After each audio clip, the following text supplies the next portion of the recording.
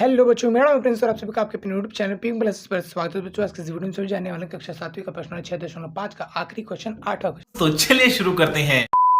तो बच्चों, यहाँ पर जो आखिरी क्वेश्चन है ना, वो ये है कि एक समचतुर्भुज की विकर्ण 16 सेंटीमीटर और 30 सेंटीमीटर है। ठीक है, तो उसका वो परिमाप याद कीजिए। अब देखो, समचतुर्भुज एक प्रकार का चतुर्भुज ही होता है और उसमें क्या खासियत होता है वो देखो। ये मैंने कुछ यहाँ पर जो आकृति बना रखी है, तो उसमें क्या खासियत होता है ना कि सारी चीज़ें आपस में बराबर होती है। अब देखो, वर्ग भी आपस में सारे बराबर होती हैं, बट कहीं ना कहीं क्या होता है ना, ये जो है ये बहुत कुछ मिलता जुलता है। बट इसमें क्या होता है कि जो विकर्ण आपस में काटते हैं, 90 डिग्री काटते हैं और समद्विभाजक काटते हैं, उसमें बहुत सारे इसमें जो है बहुत सारे गुण होते हैं और इन सब चीज़ों के बारे में आपको जानना है 8वीं क्लास में। ठीक है, कम से कम 3 4 5 प्रकार के हैं ये सारी चीज़ें, तो इन सब चीज़ों के बारे में आपको जानना है। अभी बस ये 2-4 थे कि आयत, समचतुर्भुज और ये वर्ग, सब इतना ही है।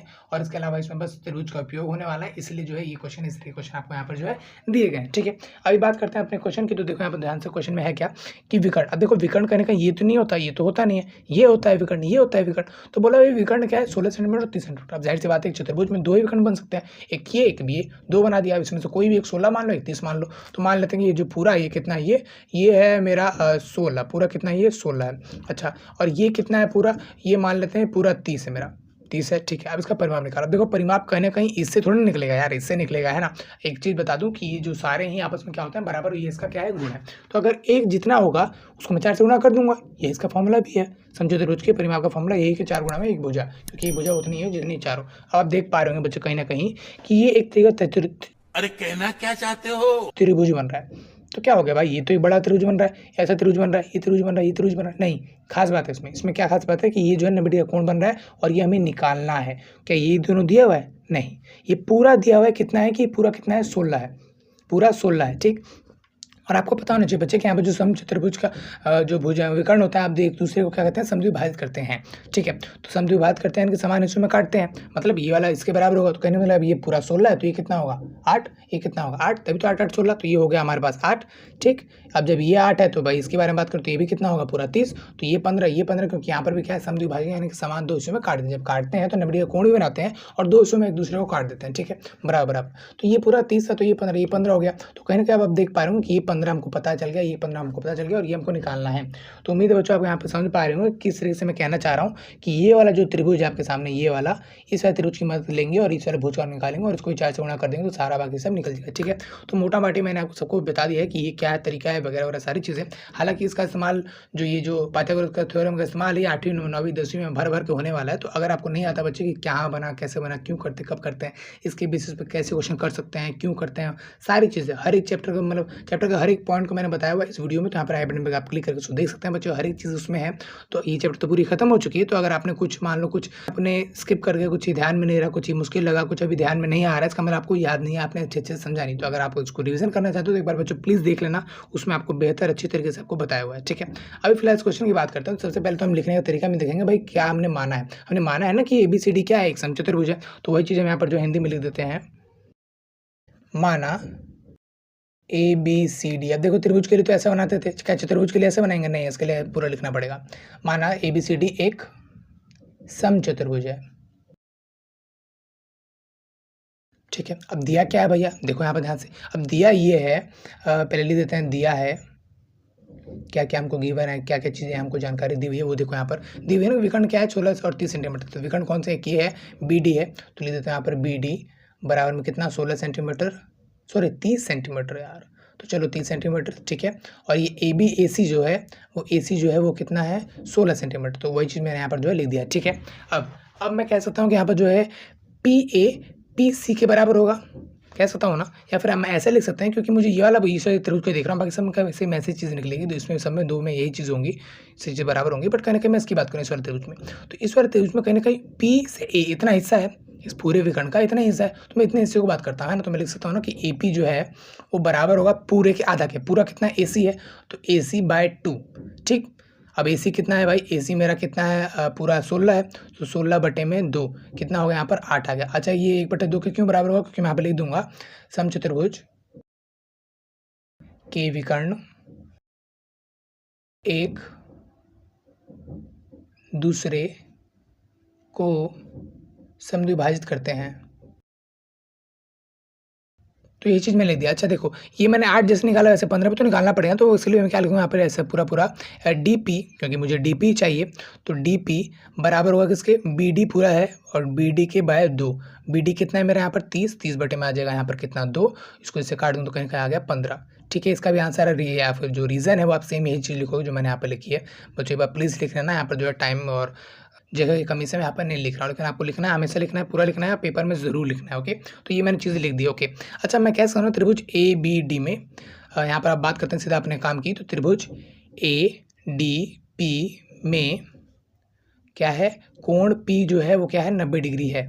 ठीक है, और ऐसा क्यों है, क्योंकि ये क्या है, फिर से आपको बताओगे भाई समचतुर्भुज जो विकर्ण होते हैं वो क्या होते हैं, लंब होते हैं। तो ये चीज़ मैं यहाँ पर लिख देता हूँ, लिख दिया कि लंब होता है। ठीक है, अब जब ये लंब होता है तो कहीं ना कहीं त्रिभुज, अतः त्रिभुज A D P, A D P कौन सा भैया, ये वाला ए डी पी, ये वाला जो त्रिभुज है ये क्या हो गया, समकोण त्रिभुज हो गया है ना। अभी तो पहले तो त्रिभुज था, अब क्या है, समकोण त्रिभुज है, एक समकोण त्रिभुज है।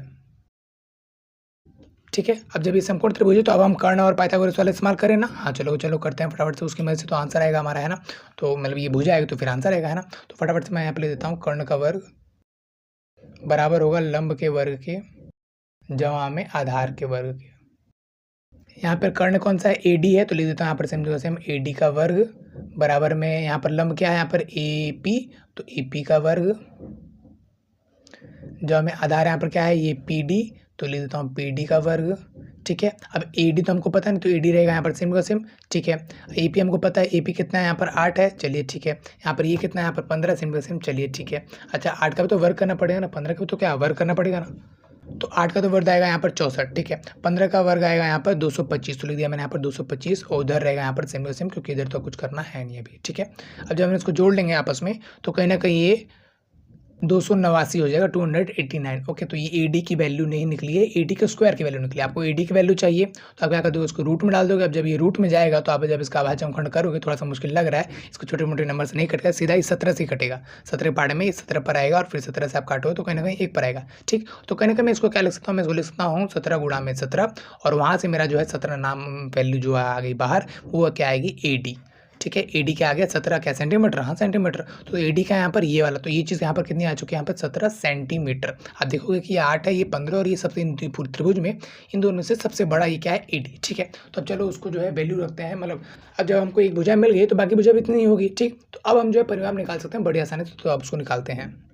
तो बच्चों अगर हम अब बात करते हैं समचतुर्भुज के परिमाप की, तो कहीं परिमाप कैसे निकलेगा, 4 गुणा में भुजा, क्योंकि देखो भुजा को कहीं ना कहीं 4 बार जोड़ना पड़ेगा और भुजा सारी सेम है, तो 4 गुणा में भुजा वो क्या होगा, इसका परिमाप, उसका फॉर्मूला हो जाएगा। ठीक है, तो वही चीज़ मैं यहाँ पे ले देता हूँ। यहाँ पर भुजा की वैल्यू यहाँ पर कितनी 17, बाकी सब भी 17, तो वही 17 कितना बड़ा बढ़ जाएगा, 4 बार बढ़ जाएगा, तो आपका आंसर आ जाएगा 68 क्या सेंटीमीटर। तो ये क्या गया इसका परिमाप, और उस तरह से बच्चों कुछ आंसर आया। ठीक है, मोटा मोटा आपको सब पूरा एक्सप्लेन करूँ तो कहने का आपको क्या होता है, एक समचतुर्भुज दिया हुआ था, उसकी कुछ खासियत का आपको यहाँ पर ध्यान रखना पड़ेगा। जो विकर्ण होते हैं 90 डिग्री पे काटते हैं और वो विकर्ण एक दूसरे को बराबर काटते हैं। उसके अलावा समचतुर्भुज सारी भुजाएं जो होती हैं, सारी जो भुजाएं और सारे कोण जो होते हैं समान होते हैं। ठीक, ये 3 बातें आप याद रखेंगे तो काम बन जाएगा। और उसमें भी क्या होता है, देखो यहाँ पर ध्यान से हमने क्या किया, फिर हमने किया भाई बता दिया कि भाई ये क्या होता है, विकर्ण हमको दिया हुआ, ऐसा चीज़ें दी हुई, फिर हमने क्या किया, हमने बता दिया कि भाई ये जो आधा है ये पूरे का आधा ऐसे निकलेगा, क्योंकि इस पूरे का आधा करें तो इसके बराबर आएगा, इसकी वैल्यू ये रही, हमने बता दिया। आपने ये भी बताया कि भाई क्यों है, क्योंकि क्या समचतुर्भुज एक दूसरे को समविभाजित करते हैं। सेम इसी तरह इसका हमने डीपी की वैल्यू बताया कि इसका आधा कर देंगे, जो कि समचतुर्भुज के ऐसा कोण है। ठीक है, फिर हमने बात की इस त्रिभुज में ना